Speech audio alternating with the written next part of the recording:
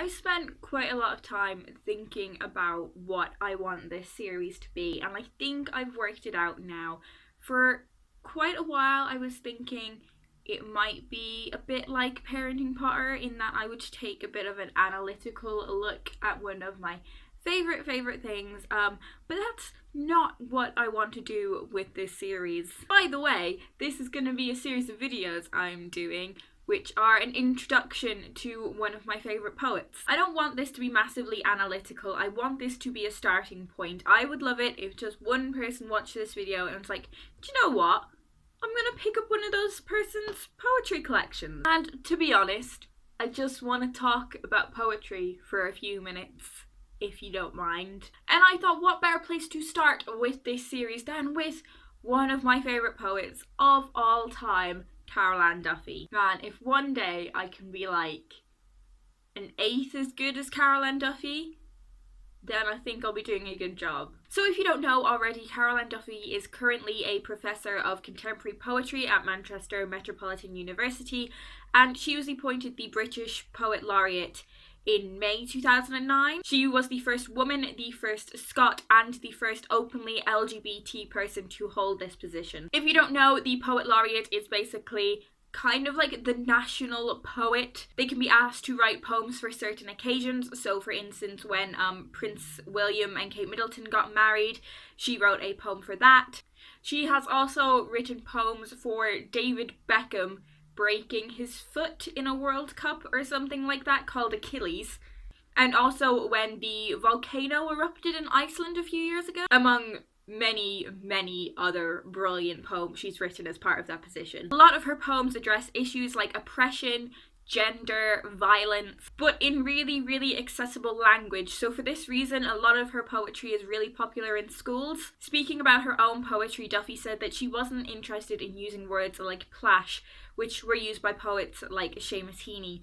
She is much more interested in using simple words but in a complex way. So Duffy's first collection was published in 1985 and it is entitled Standing Female Nude, and this features a lot of kind of outsiders.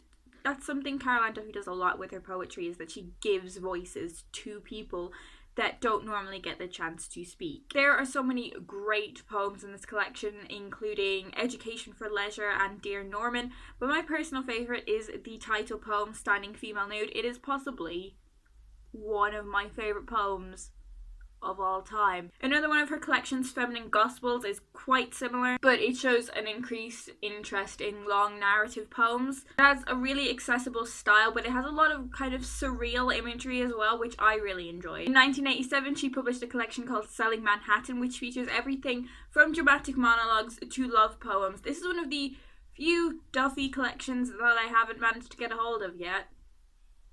Gotta fix that.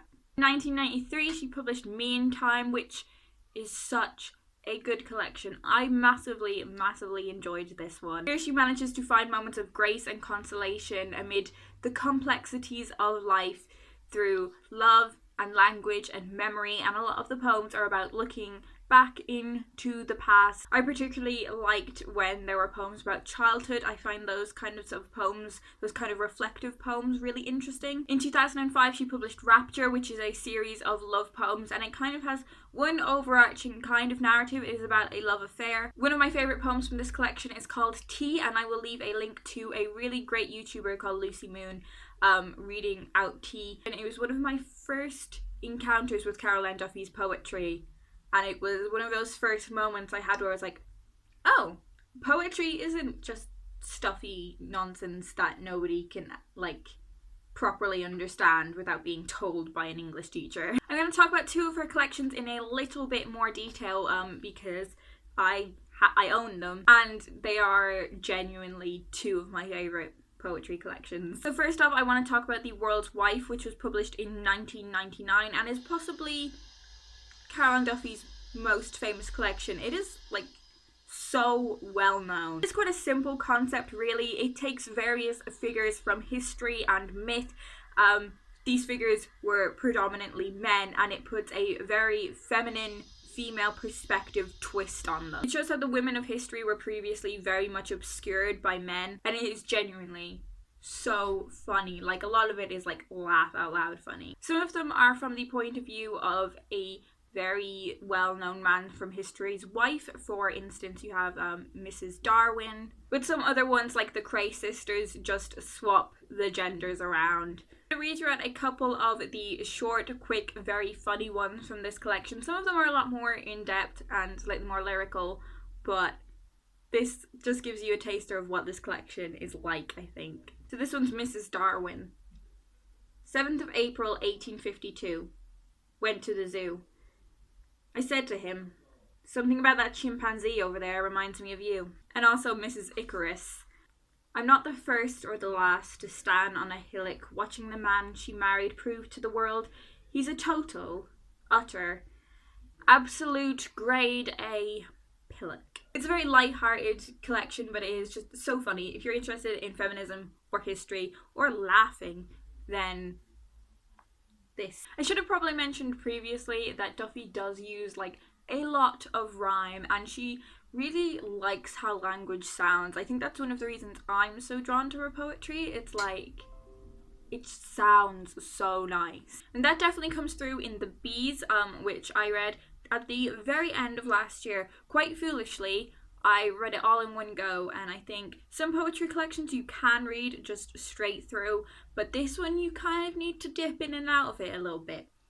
Like honey. I think this was the first adult collection that Duffy published since becoming Poet Laureate, and it was also the first adult collection she published since the death of her mother. She said for a long time after her mother's death she couldn't manage to write anything apart from children's poetry, and one, the loss of her mother can definitely be seen in this book, and two, the influence of children's poetry can definitely be seen a lot as well. There's one line in this poetry collection that has really stuck with me just because of how it sounds, and that was, dumb was as good as dead, better to utter. There's drinking songs in here, there's love poems, there are political poems, there are gender poems, there are elegies to her friends, and there are elegies to her beloved mother.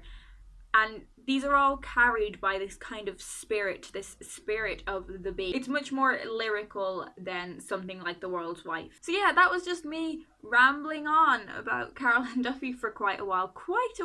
I'm on over 30 minutes at the minute, so hopefully I can get that down in the edit. I don't know. I don't feel like this series needs to have this big goal of like revolutionizing people's thoughts on poetry and making so many people realize how accessible poetry is. I just enjoy rambling on about my favourite poets. In saying that, if you do find poetry quite inaccessible, I think Caroline Duffy is a really, really great place to start.